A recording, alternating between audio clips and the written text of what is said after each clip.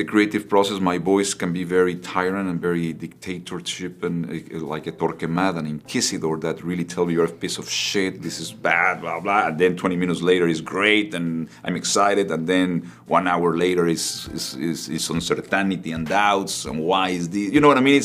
It's a very, very, very dangerous voice if you are not aware. And it's useful, but you have to domain it. The demands that I put on me or the expectations and my process, I'm a perfectionist, a neurotic process creator, which never. So I'm a chronic, unsatisfied person with anything that I do. Even when people say, it's good, I say, it could have been better. I'm never, so it's a dangerous kind of thing.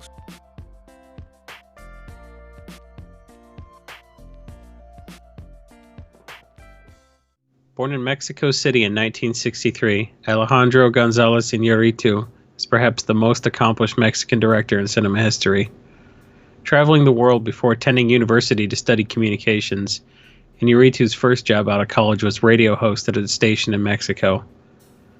He worked as a station manager and composer, all of which was a bit of an inauspicious beginning to a film career. However, years after his career in radio began, Iñárritu wrote a TV pilot called Detrás del Dinero, or Behind the Money. 4 years later, he was directing his first feature film, 1999's Ammores Perros. Perros took the world by storm, winning the Critics' Week's Grand Prize at Cannes and getting the Academy Award nomination for Best Foreign Film in 2000. 3 years later, he followed up with his next feature, 21 Grams, also penned by Perros writer Guillermo Arriaga. With a $20 million budget and a star-studded cast, 21 Grams was proof that Iñárritu belonged in Hollywood, and the movie tripled its budget back.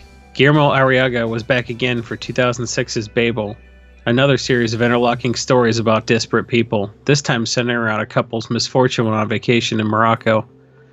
Babel was even more financially successful than was 21 Grams, and Iñárritu was free to direct anything he wanted. His next selection was 2010's Beautiful, which he also wrote himself, reserving the lead part for Javier Bardem. Bardem's performance was so good he was the first actor to be nominated for the Best Actor Oscar for a performance entirely in Spanish. As is his custom, he waited 3 or 4 years to direct again, this time a love letter to Hollywood in the form of Birdman, a taut, critically acclaimed film about a washed-up superhero actor trying to revitalize his career. The film won 4 Oscars, including Best Motion Picture, Best Writing, and Best Cinematography, Emmanuel Lubezki's second such award. Lubezki and Iñárritu would reunite a year later for another Oscar-winning film, 2015's The Revenant, which featured some of the finest actors in cinema and Tom Hardy.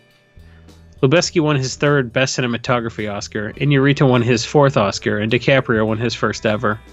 It's been 4 years and Iñárritu is due to produce another masterpiece, and all audiences can do is wait for his next feature. Whatever the subject matter, Iñárritu's signature style, thoughtful writing, and impeccable casting are sure to be in evidence. Innovative Mexican filmmaker Alejandro González Iñárritu is the subject for tonight's all-new Director's Cut. I'm your host, Jon Dunning, and as always, I'm joined by my co-host, Mr. Jason Alt. Hey everybody, thanks for tuning in. One of the 3 members of the 3 amigos of the cinematic universe. We've already covered Alfonso Cuarón, which is one of your favorites, or at least has directed some of your favorite films, Jason. One day maybe we'll get to Guillermo del Toro as well. Lots of Guillermos. It's a very popular name for Mexican filmmakers and cinematographers. That's true. Not too many films under his belt, but I think that each one has quite a bit of weight to them. And when I say innovative, it seems like maybe almost sometimes to his fault that he focuses more on each filmmaking experience as a challenge, where he's even said himself, he thinks like the standard shot compositions, the over-the-shoulder, the wide shot, the long takes, these type of methods dictate how a film is created.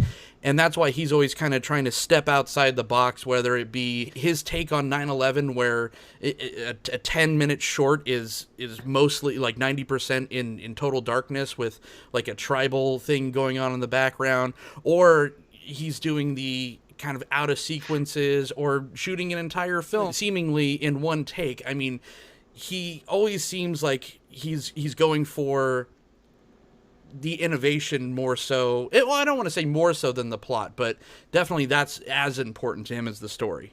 I think that is Emmanuel Lubezki's influence. I think Lubezki is one of those guys that's like, oh, let's figure out how to solve this. You know, he did a lot of those super ridiculously long takes on Cuarón's Children of Men, to the point where it was like almost a joke, where they had to rig a car to have seats fold out of the way so you could have the camera where somebody was sitting a second ago. You know, that was something he really likes to do. So as much as like you think innovation is paramount to somebody like Iñárritu, I kind of think that's Lubezki's influence a little bit, because if you look at, you know, Iñárritu's real contribution to these movies, the really good ones are ones that he wrote himself.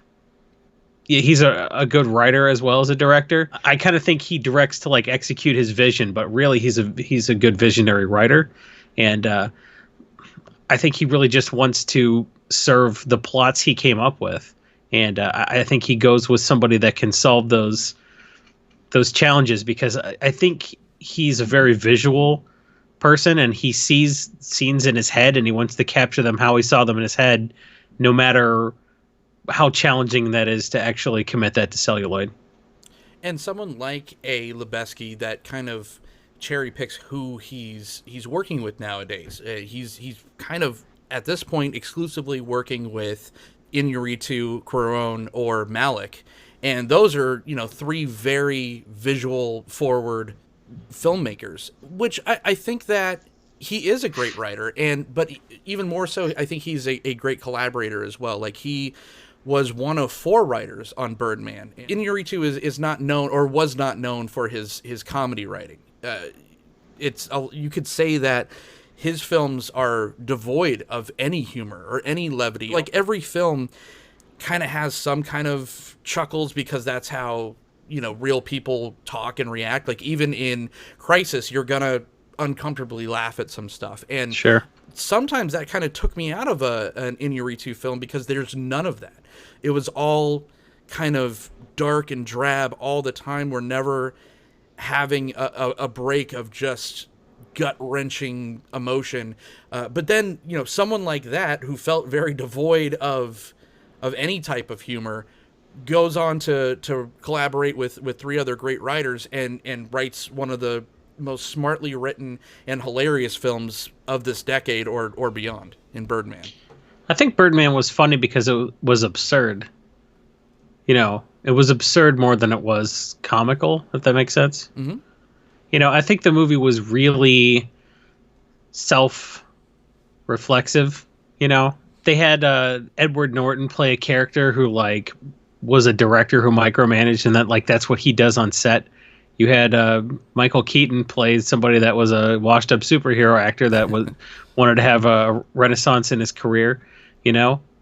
And basically the movie was like a giant metaphor for Hollywood. So, right.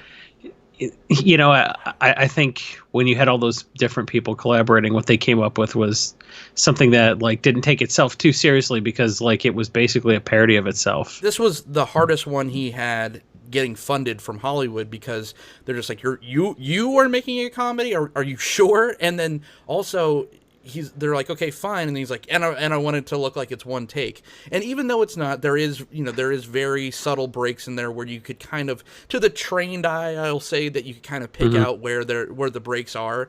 But, you know, it doesn't mean that the takes weren't 10, 15, 20 minutes sometimes, or the shots.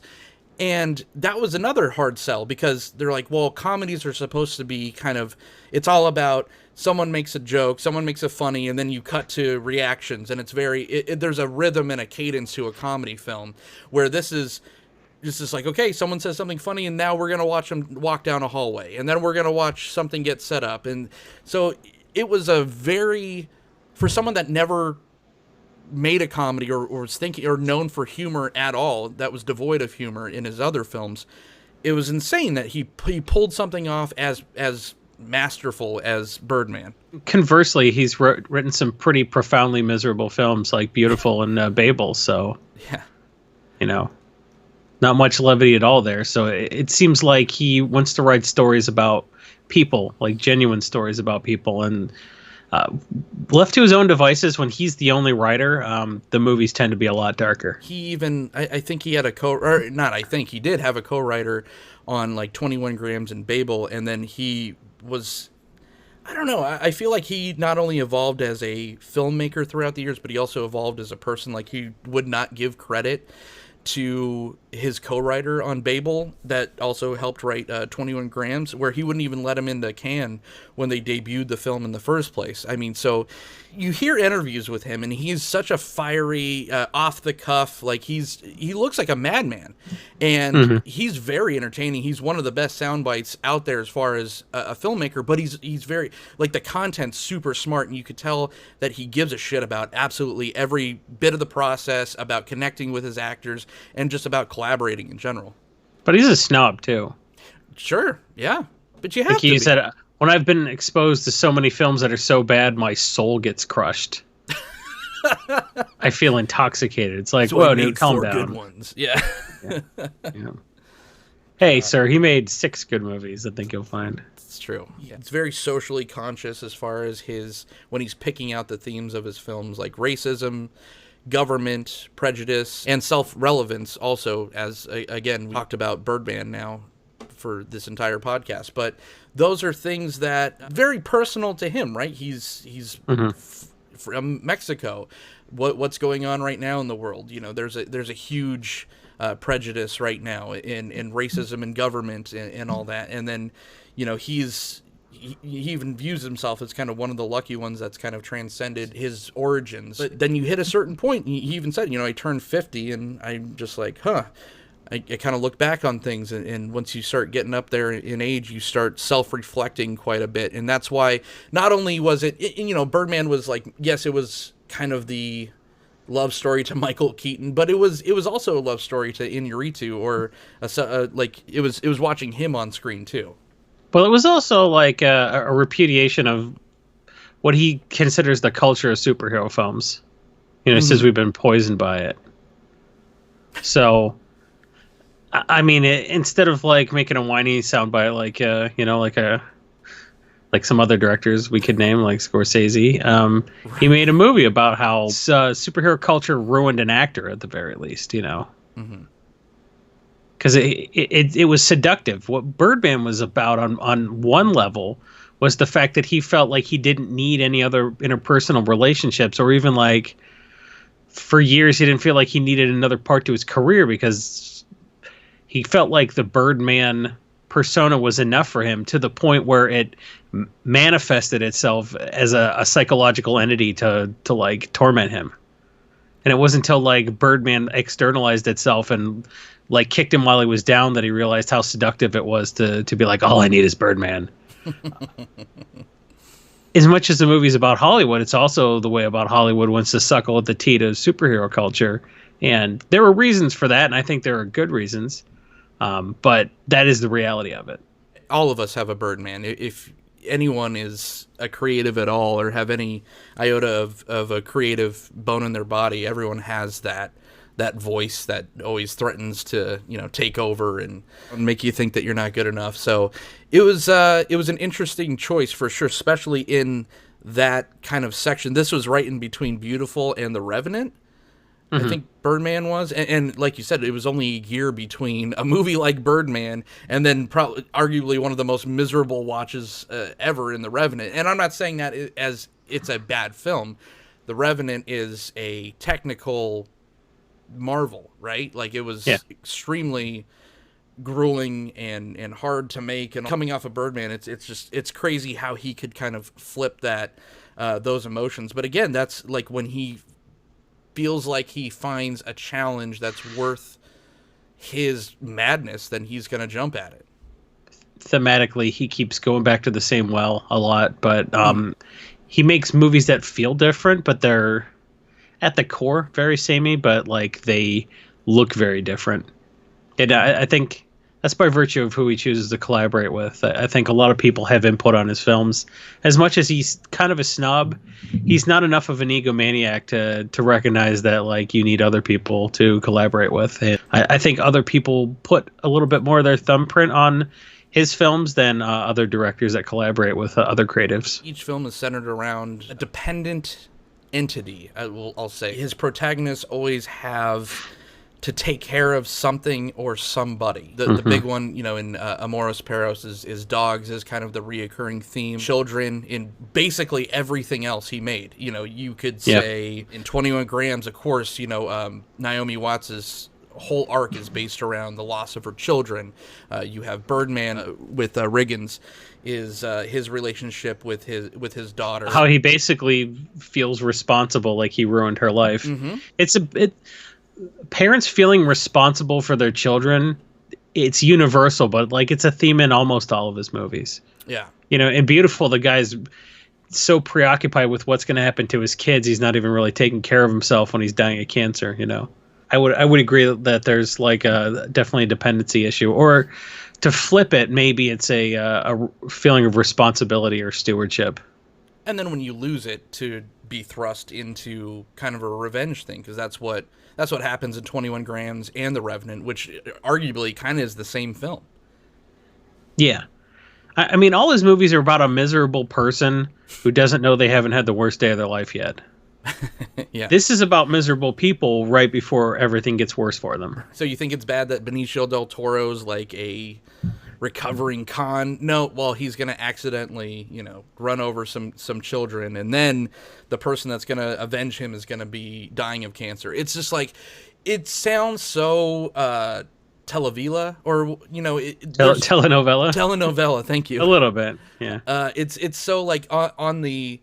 If you really dig deep, it's just like, I think of the scene in 21 Grams where Naomi Watts calls Sean Penn over in the middle of the night, and then he tells her that he is, you know, he seeks her out because her husband gave his beating heart so he may live, and now he can't live without her. I'm like, oh my God, this is Telemundo. But it's done in such a way that it just works so well, because it's not a soap opera. It's so dark and drab. And was there some Minnie Driver movie about that, though? Yeah, I think so, actually. I think so. Return to Me or something like that. All I know about that movie was described to me secondhand by someone who did see it, but that sounds a little bit familiar.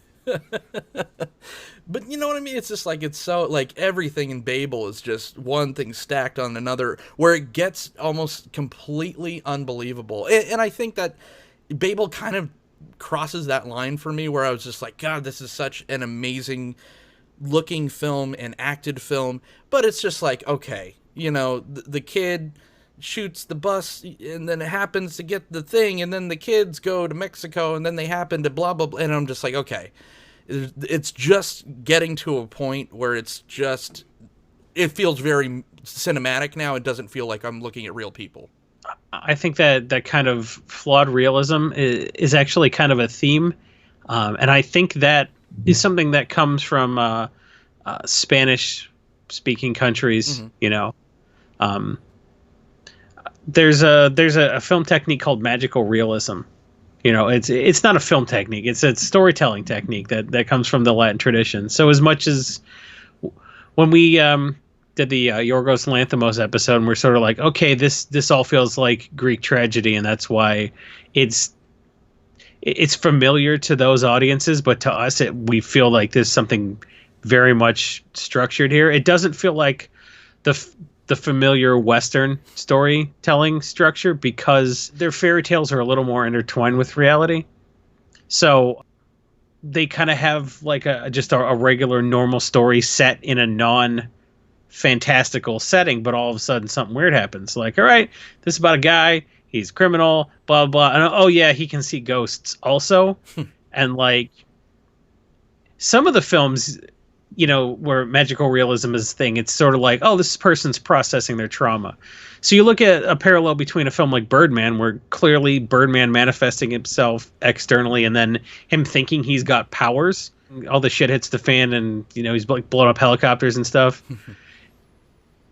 The film never comments for sure whether that's real, you know? Even something like American Psycho, you're like, did any of this happen, or is this just a result of a mental breakdown? You look at something like Pan's Labyrinth, it's the same way. Right. It's like, is this little girl traumatized, or, you know, or did she ever have this magical power? So That's a real, like, from Spanish speaking countries, that's a real tradition in their storytelling, is to have it be like a real realistic setting, but also have that fantastical element, and like nobody comments on it.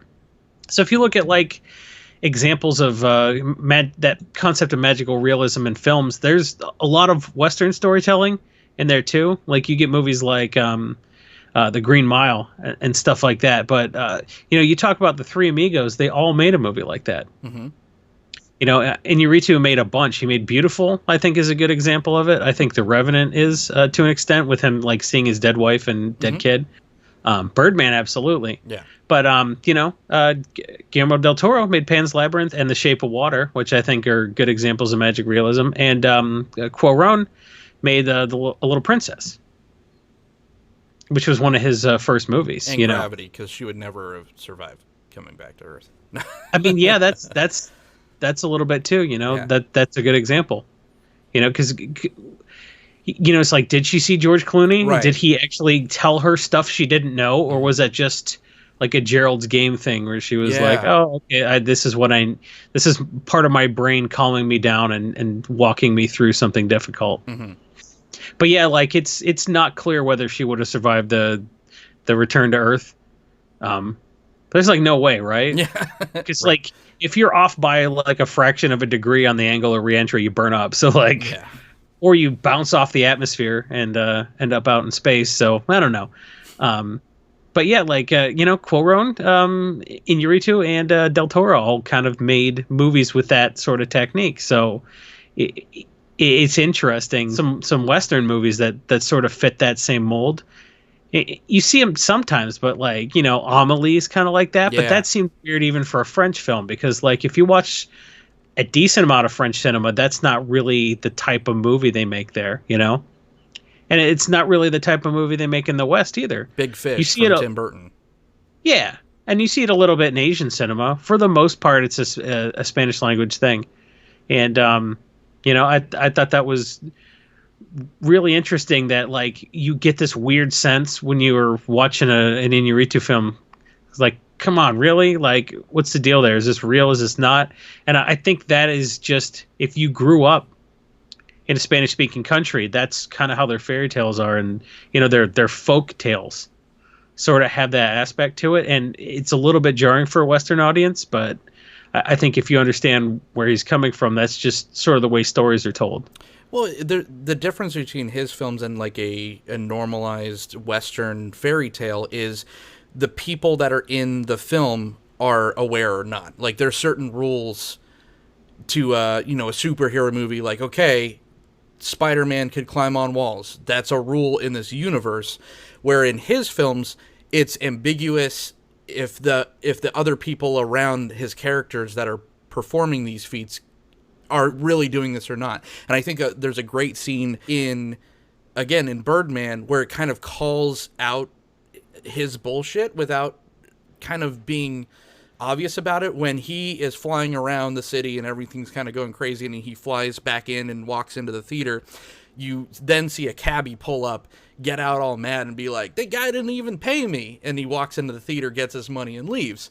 So I think, to me, that tells you right there that none of the fantastical stuff is really happening and no one else is really seeing this. But yeah, it's a real great and effective storytelling tool, which I think that he and the other two of the Three Amigos have mastered quite well. It's a little more ambiguous than some of his other films. Like in Beautiful, like he has a conversation with his estranged wife about his ability. So, I kind of like it when it's more ambiguous, personally, because I thought Pan's Labyrinth was probably my favorite example of that type of storytelling, just because like they really left it ambiguous as to whether that was just some fantasy she went to in her head because her life was so miserable, which is how I prefer to think of it, because everybody in these movies is just getting kicked when they're down. That's where most of the nursery rhymes and fairy tales have been spawned from, right? Is from trauma. Like Ring Around the Rosies is spawned from a traumatic experience and all these things. So you could see where it's people coping with their harsh reality, stepping outside themselves and placing themselves in fantastical elements, you know, putting that into their situation. Otherwise, what's the point? Yeah, I mean, if your country had a more tumultuous past, you'll tend to write more stuff like this. We see things a little bit rosier in America, but at the same time, we've made 950,000 movies about 9/11. Mm-hmm. So, you know, if we'd had a little bit more hardship as a country in the very short amount of time we've been incorporated, it might have affected the way we passed on our folk stories. And I think it's a good Trojan horse, too. It kind of opens, you know, if Pan's Labyrinth didn't have all, that's what people remember is the cover, the fawn, you know, mm-hmm. even though that those things weren't featured as prominently as the actual meat and potatoes of the story, this World War II film. So the effective filmmakers use these elements as a Trojan horse, and when they do it well, it really helps, because it's just like, oh, I don't want to go see a period piece or another, you know, Schindler's List, but it's like, oh, they got cool creature effects and monsters. And well, Pan's Labyrinth was the Spanish Civil War, so excuse me. It's been a while since I've seen that movie. So, yeah, well, I mean, me too. I saw it when it came out, I think, and then like a year later. Right. It's like, I don't want to see another World War II movie. Oh, don't worry, this is the Spanish Civil War. Yeah, there we go. And another thing that makes it kind of dreamlike or fantastical is the way that he shoots most of his films, besides Birdman, out of sequence, kind of like a Pulp Fiction or a Go or something like that. But he does it. He has his own kind of stank on it. He has his own flavor on it, where a lot of those other films tend to reset themselves a lot and reset scenes and re-show scenes, and just to kind of set where we are, so people can be like, oh, okay, this person was here, and then like 20 minutes later when we're redoing the scene, now we're going to focus on this person because it's their storyline. But he's got the different haircut. He got his haircut, and now when you see the haircut, that's what happened later. Yeah, where Iñárritu doesn't really do that. He'll do it from different perspectives sometimes. Like in Babel, you see the phone call and the housekeeper kind of picks it up first, and then towards the end you see Brad Pitt on the other end of that call. But like 21 Grams is just like, it doesn't care if you know or not. It just is going to show you the most important things about the story.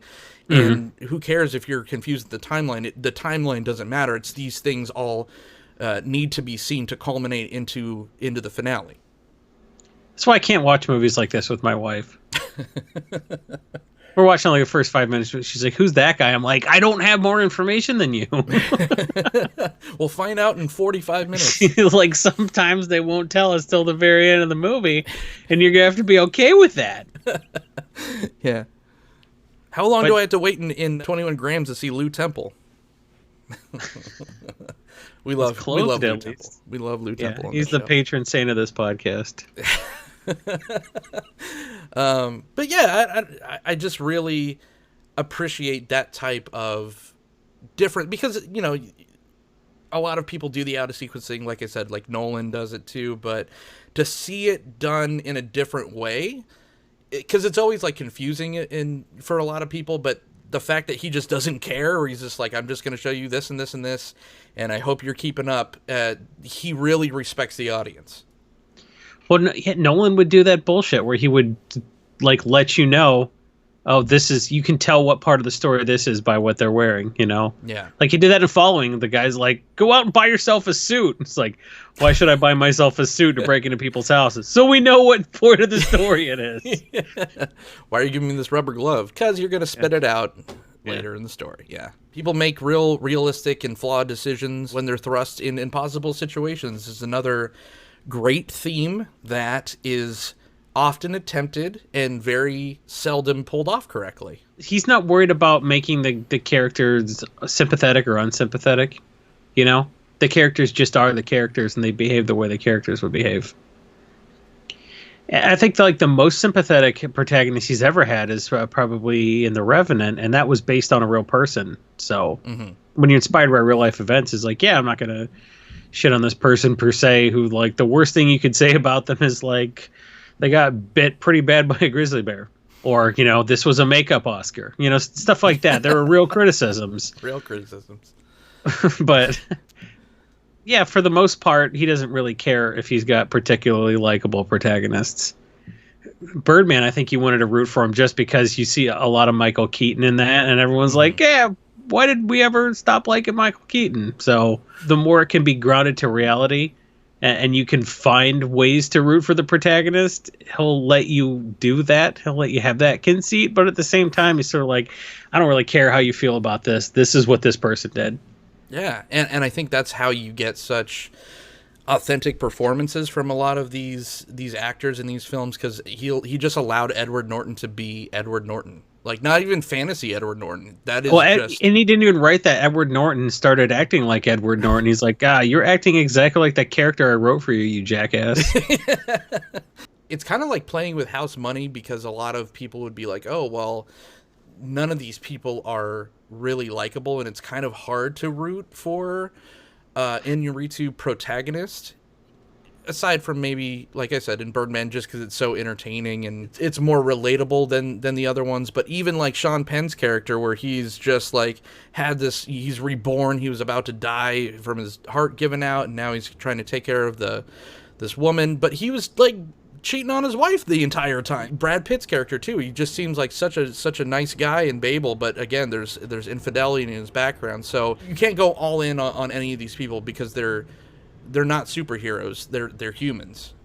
Well, his movies are about sad people having a bad day. Yeah. You know.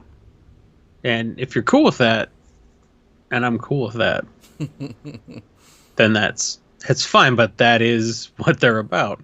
His films can get pretty brutal. Of course, like The Revenant is a famous example of how brutal a film could really be. I mean, it's no Bone Tomahawk, but it's... Even the trained bear was like, Jesus Christ, I gotta bite him. I gotta go back and start biting him again. Right. Brutality, at least as effective when it's off camera. And I think that, like in 21 Grams, just that, oh God, that scene where, I'll just call it the leaf blower scene, where you just see the kids and the husband just like kind of wave to the gardener kid, and, oh, you're coming to my house over the weekend, right? All right, girls, so cute. And then like 5 seconds later, you're still watching the guy blow leaves off a lawn, and then you just hear everything happen off camera in the background, and it killed me. Like, that was just like so effective. There were a couple examples of like really just crazy stuff happening off camera. Like all the Chinese laborers dying in Beautiful, for example, Mm-hmm. Yeah, the aftermath was... Because it's about what it did to the character. So, like, you don't have to be present to be affected by something, Like, if your family got in a car crash and you weren't there, is it any less sad because you didn't see it? Right. So I don't think it's always necessary to show what happened. Because, like, yeah, the bear attack in Revenant was bad, but, like, the real motivation for the character was an equally brutal attack on his wife and kid that you don't even see, Right. Right.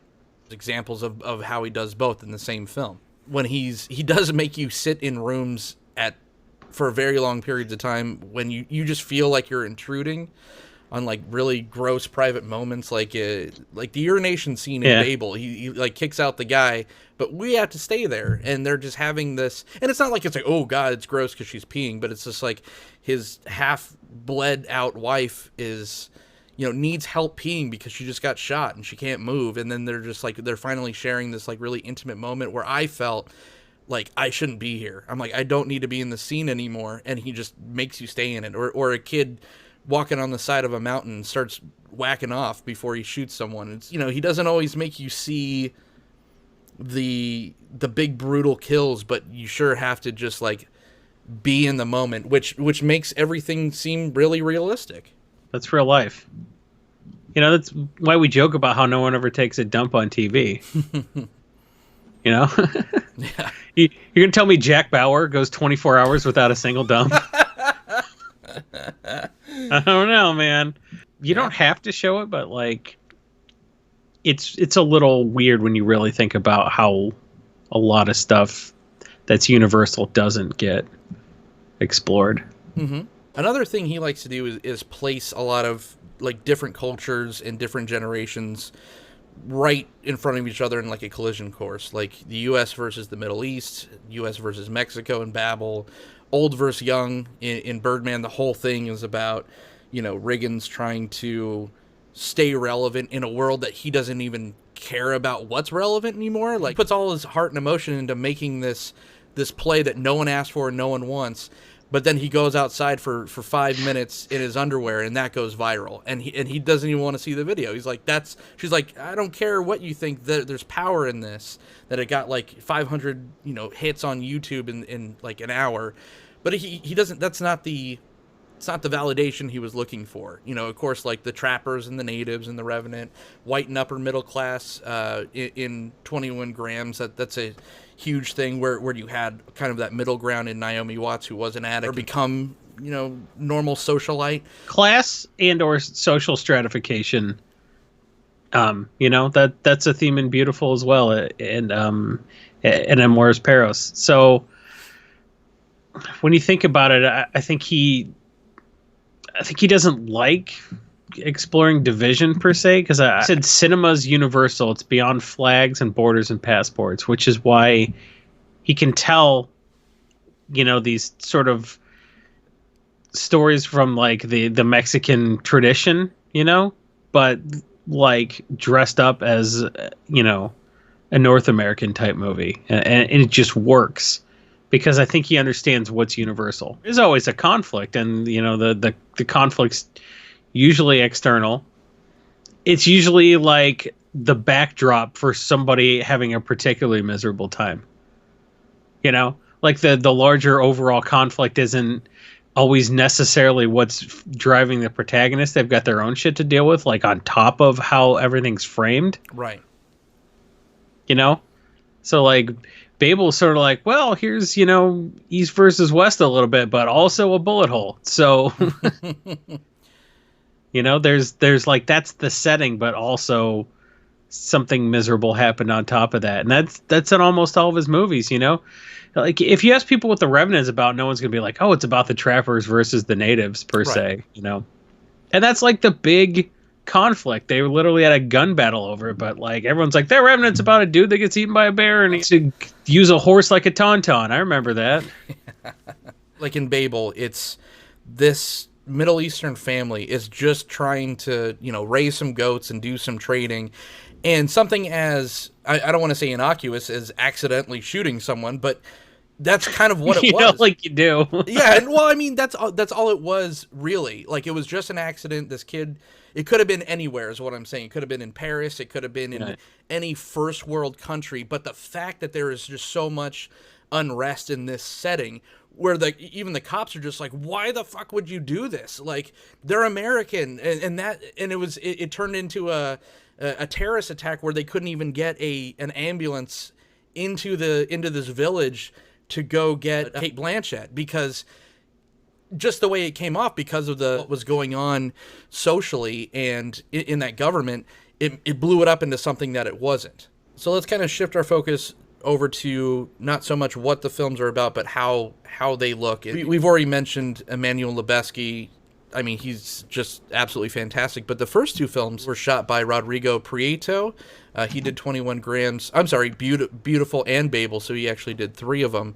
There's kind of a stark difference between the two filmmakers, but I think that they still all feel like Iñárritu films. Prieto didn't work with Iñárritu a ton, but he's pretty accomplished in his own right. He was the cinematographer on Brokeback Mountain and Silence, and he's got 2 Oscar nominations under his belt. He's won a lot of awards in Mexico, but nothing really in American cinema yet. But there's a real stark difference between. It's obvious which ones Lubezki worked on, though. Sure. Because I think he really indulges all of Iñárritu's crazy creative whims, because he's like, we can make that happen. And the point I'm making is Rodrigo Prieto is no slouch, right? But he's also not yeah, man, we can do a crane shot for no reason because you had a dream where Michael Keaton was flying. Let's make that happen. I feel like his films are more naturalistic. He used a lot more natural lighting, or just like regular interior lighting for his shots, where Lubezki's films are kind of doused in, they just feel saturated, for lack of a better term, like because he has to use natural light, so he has to use those big open like apertures to get all the light he can. Sure. And everything looks like it's dusk. The edges are bleeding, because he's like, we're gonna only use natural light. They didn't shoot a single shot of the Revenant on a stage. Everything was outside. Even the inside stuff was in a shitty cabin, even the inside stuff was outside. So when you're using natural light, you are basically limited in the lenses you can use, and that has a real distinctive look. So you're always if you like have a, I don't want to say trained. John and I have no training, but we know what to look for at this point, and you it's pretty obvious when you're watching a Lubezki movie, I think. Yeah, and it's really effective to be able to transport the audience into the locations. Like, you feel like you're in a crappy cabin that's like 10 below, and it's all wet and damp in The Revenant, or inside a horse.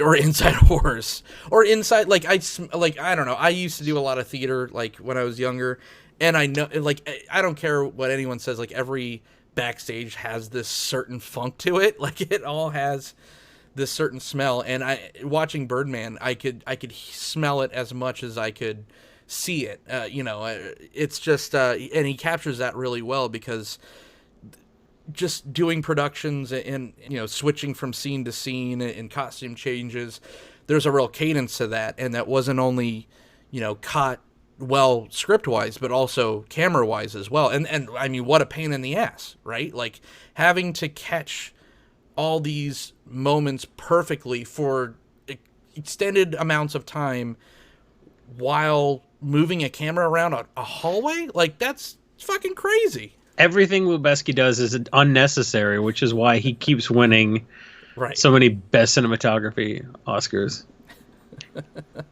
I was glad he got the makeup Oscar for Gravity, but like, I'm glad he has won some that he really, really deserved too. He's got 3 at this point. Really should have won for Children of Men, but he won for Gravity, Birdman, and The Revenant. And Birdman, that whole movie was just like, yep, I can make that happen. It's not a shoulda, it's a coulda. Yeah. So made it happen. And we even talk about the drumming cadence that it has, the movie has its own pulse too. It's like on a metronome, and it just kind of moves it along, and that's what's kind of constantly ticking in the back of Michael Keaton's head, and also the audience, where it's just a complete drum score. It wasn't a Birdman and Whiplash came out the same year. Best year of cinema, right? Like, it's a ever 1-2 punch. No, fine, but for drumming specifically, for those 2 movies featuring drums, yeah. Is there an Oscar for that? Academy for Award best drums? Yeah. Yeah, there should be. Which one would win? Obviously Whiplash. There's so many that they do during the commercial breaks anyway. It's like, well, we spent 15 minutes on best foreign film, and yep, best. There'll be a best mocap Oscar pretty soon, I think. There's got to be. It's just a mold of Andy Serkis. Yeah, they'll just make him present it. It's like, oh, cool. Can't wait till I get a Lifetime Achievement Award when I'm 80. Statue of him holding a statue of him saying, "My precious." Yeah. Along with the stark lighting, I mean, there's just almost no makeup either. Everyone looks gross. Everyone looks like people that just wake up in his films look like they just woke up. Everyone has JBF hair, and it's just, I don't know, there's just so much attention to detail by being lazy and sloppy, which, it's just like, films are just, they're hyper real, and they're supposed to be escapism for the audience. So even in these normal settings, everyone has, 10 feet of makeup on, but then you look at these films, you could see every pore on Naomi Watts' face all the time, and it's because he does so many extreme close-ups. Yeah, that's an Iñárritu thing, is just like super extreme close-ups. Yep, he does that a lot, and he's like, as much as he's like, oh, I don't like over-the-shoulder shots, that's kind of easy. It's like, okay, cool, do a movie where you don't do the camera at somebody's shin level. I dare you to not do like an extreme close up from underneath somebody. Right. Like he does those. He loves that low angle looking up at people shots. He's go watch any of his movies and like do a shot every time he does. He puts the camera at someone's knee level and looks up at their face, like, you know. So as much as he's like, oh, I don't like these easy shots, he has a bag of tricks. Yeah. Visually, whether he's using Pareto or Lubeski, you know, he has his ideas of the shots he likes, you know. And yeah, it's varied. It's not like everything's a knee level shot. He does a lot of tracking, like a lot more tracking even than like you'd expect somebody who works with Lubeski. You know, he loves tracking shots and he loves like big wide angle stuff, but he also loves close ups. You know, so you know, as much as he doesn't like stuff to be easy, he also does kind of have a signature too. Even though he used these two very different cinematographers throughout his career, everything still feels like an Iñárritu film. Kind of like Yorgos Lanthimos. Like, you know you're watching a Yorgos Lanthimos film if you're just looking at people's shins and feet. You know, he's not even showing faces. He's showing the back of the head, and you're just, like, looking at the bottom half of people's body. Which makes you really focus on what people are saying in the context of the scene. And Iñárritu conveys character emotion by jumping into a person's face. Like the camera couldn't be closer if it was touching them. I have varied feelings about the extreme close-up shots. I don't think he uses it too much, but sometimes it just feels kind of shoehorned in, or it's just like, oh, he's doing the Iñárritu thing again. Well, it's meant to feel intrusive, you know, and it is, but it's a little more obvious that he's doing it for effect than like him staging his shots. Like, oh, I gotta help my wife use the toilet. You know, that feels intrusive too, but like it doesn't feel as gimmicky. It feels like it was serving the story versus like, oh, here's a 5-minute close up of us playing with each other's hands, for no reason. Just like it's interesting, so we're just gonna do it because it's interesting. He is absolutely batshit crazy as a person, as a creative. There's certain filmmakers that I'd just be like, oh, I like this person's style. I could recommend the whole filmography. I don't know if I could with Iñárritu. What do you think is skippable? You're gonna crucify me on this, but I think Babel. And I like Babel more than 21 grams. To some, The Revenant. Okay, the thing with 21 grams that I felt that way too, and I watched Babel first before I watched 21 grams, and I'm like, why aren't I having the same visceral reaction to this film, even though it's equally as kind of emotionally just heavy? And I feel that the structure of 21 grams is more interesting, where Babel feels a little bit more slapped together editing wise, and it just feels like it's not as Telemundo-esque. I just feel like it's a more grounded story. So I think that 21 grams, if you like those out of sequence movies, one that's like, I think he puts on a clinic as far as how that kind of a film should be shot, and I think he did it really well. I saw 21 grams in the theater. That's the only one of his movies. Oh, no, never mind. I saw The Revenant also. But I saw 21 grams in theaters, and I did not want to see it because the commercial for it was like, when people die and they weigh them, they're 21 grams lighter. Yeah. That's how much the soul weighs. It weighs as much as a Snickers bar. And I was kind of like, that's dumb. It's probably avuncular air, but whatever. Cool. God's real because of how you weighed it, dude. And I went with my ex-girlfriend and her parents, and they wanted to see it, and I didn't. And then I was the only one who liked it, which I thought was funny. And I don't think that his films have a lot of, besides Birdman, of course, it's always going to be the exception. I don't think his films are really have a rewatchability to them. I mean, I saw The Revenant, and I'm like, goddamn, The Revenant. That was special. I don't think I'd ever sit through The Revenant again. Well, yeah, Tom Hardy sucks. Damn it! We went the whole time. Yeah. My character's got an accent like he's from Pittsburgh. Why, Tom? I don't know, because I like when there's a 50% chance you'll have to redub all my dialogue in post. I don't know. Okay. He's from Pittsburgh. Fucking wow. Whatever, Tom. Cool. He's from Pittsburgh. Great job. Everybody else just sounds like, you know, that period right. American, but you got to sound like you're from, fuck you, Tom Hardy. I'm going to set up a lunch meeting between you, Tom Hardy, and Daniel Day-Lewis, and I'm just going to film it, and it's just going to be great, and you're going to have a new appreciation for acting. No, because Tom Hardy's going to be super nice to me. I don't want that. In about 10 different accents. I don't want to like him because he was nice to me. Don't do that. Yeah. I want to just hate him because he sucks. Yeah. Oh, man. He's fine. Is he?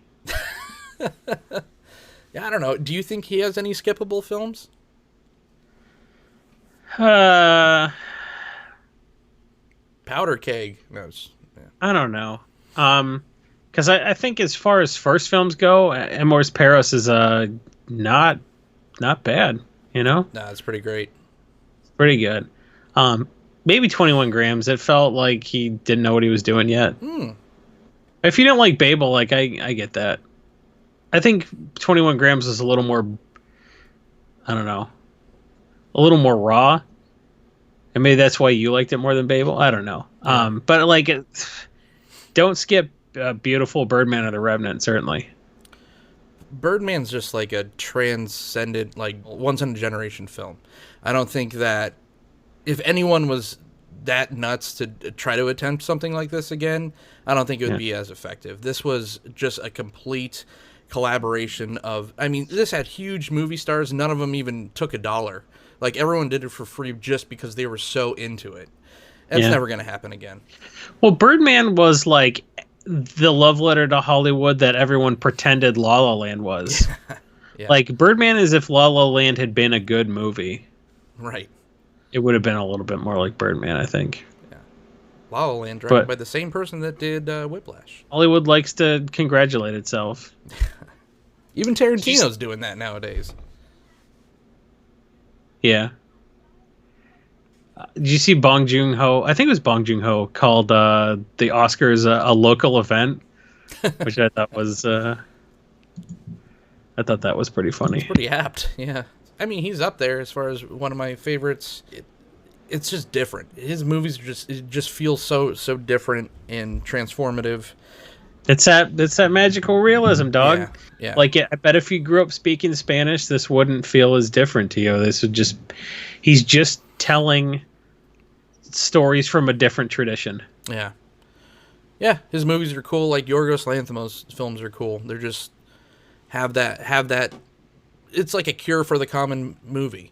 There's a novelty to it because people are like, well, I want to tell stories that a Western audience will dig, but at the same time, I'm going to keep my own cultural touchstones. And I think there's a novelty to it that, you know, audiences that didn't grow up in that tradition really dig. And that's why I don't mind reading subtitles.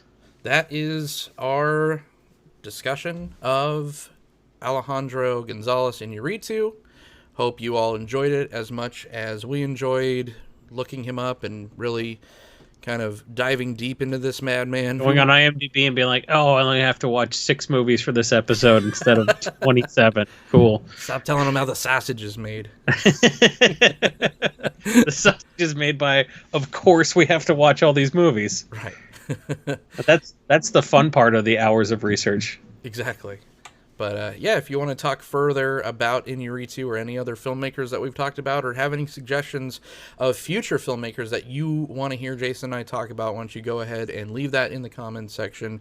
Thumb up the video, subscribe to the channel, tell people we exist, tell people we're doing this project because it's a hell of a lot of fun. You could also reach me directly. I'm pretty reachable on Twitter at OrzovDunn.